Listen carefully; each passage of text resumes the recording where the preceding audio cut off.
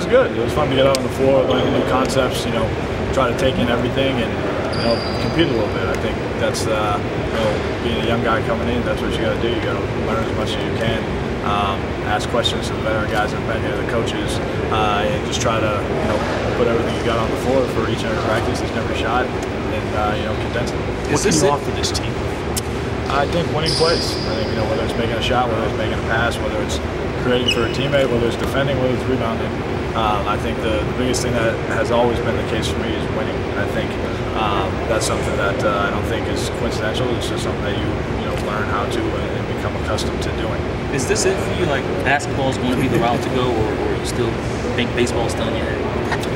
Right now it's basketball. That's kind of the way I pursue it. With the two sports, you got to take it one day at a time. So for right now it's basketball, and I'll be here at 6 o'clock. How strange is it as a new guy to know that this roster just kind of flipped to come in with this new beginning? I don't know if it's strange for a new guy because I don't know anything else. I wasn't here last year when they had all the guys that they lost. So for me, it's just a matter of coming in, getting to know the guys that are on the team now, and trying to do whatever I can do to help win ball games. Did you expect to get drafted at all? That's a good question. To be honest, for me, I was trying to put my best foot forward to have a chance to be drafted. And at the beginning of the process, it was, will I be drafted or will I not? And then I was able to put myself in a position where it was more likely or not that I would have been drafted. But for me, I didn't want to think that way. I wanted to still, put myself behind the 8 ball. So the hard work that I put in continued to happen. So it's fair to say if you weren't drafted, that maybe you would have chose baseball? I still would have tried. I would have given it a shot. The whole thing with the two sports for me was, don't burn one bridge before you know it's across it. I'd be doing myself a disservice for, going to bat for the two sports for my whole life, and then just ending one because I didn't think I had a shot, or I had something that put me behind the 8 ball and not getting back, whatever it was. I wasn't gonna sell myself short, because I think I owe it to myself. I owe it to my family to put my best foot forth.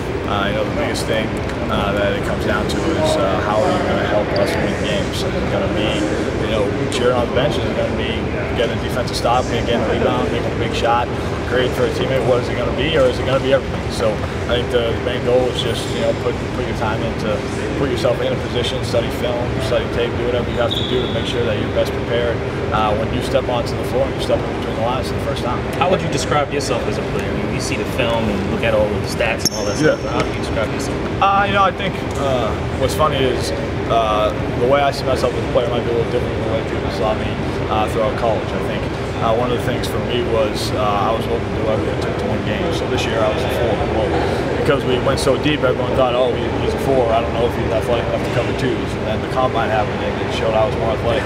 For me, I just want to do things that help the team win. So it doesn't matter if it's what I'm comfortable doing.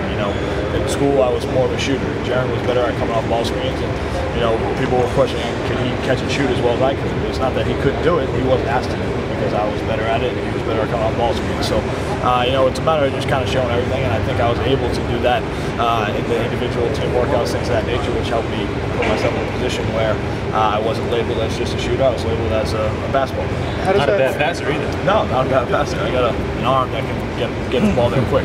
How do you think that perimeter-oriented floor-out attack can translate to the pros?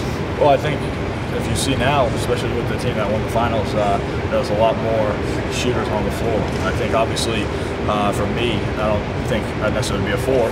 It's big guys in this league, but it's just a matter of being able to knock down shots when you're open and making the right basketball play. When you got 4 guys on the floor that can stretch it, you really have to have a high basketball IQ, and I think that's something that from playing the game so much, studying the game, that I've learned throughout time, and I think it can translate just on a bigger scale.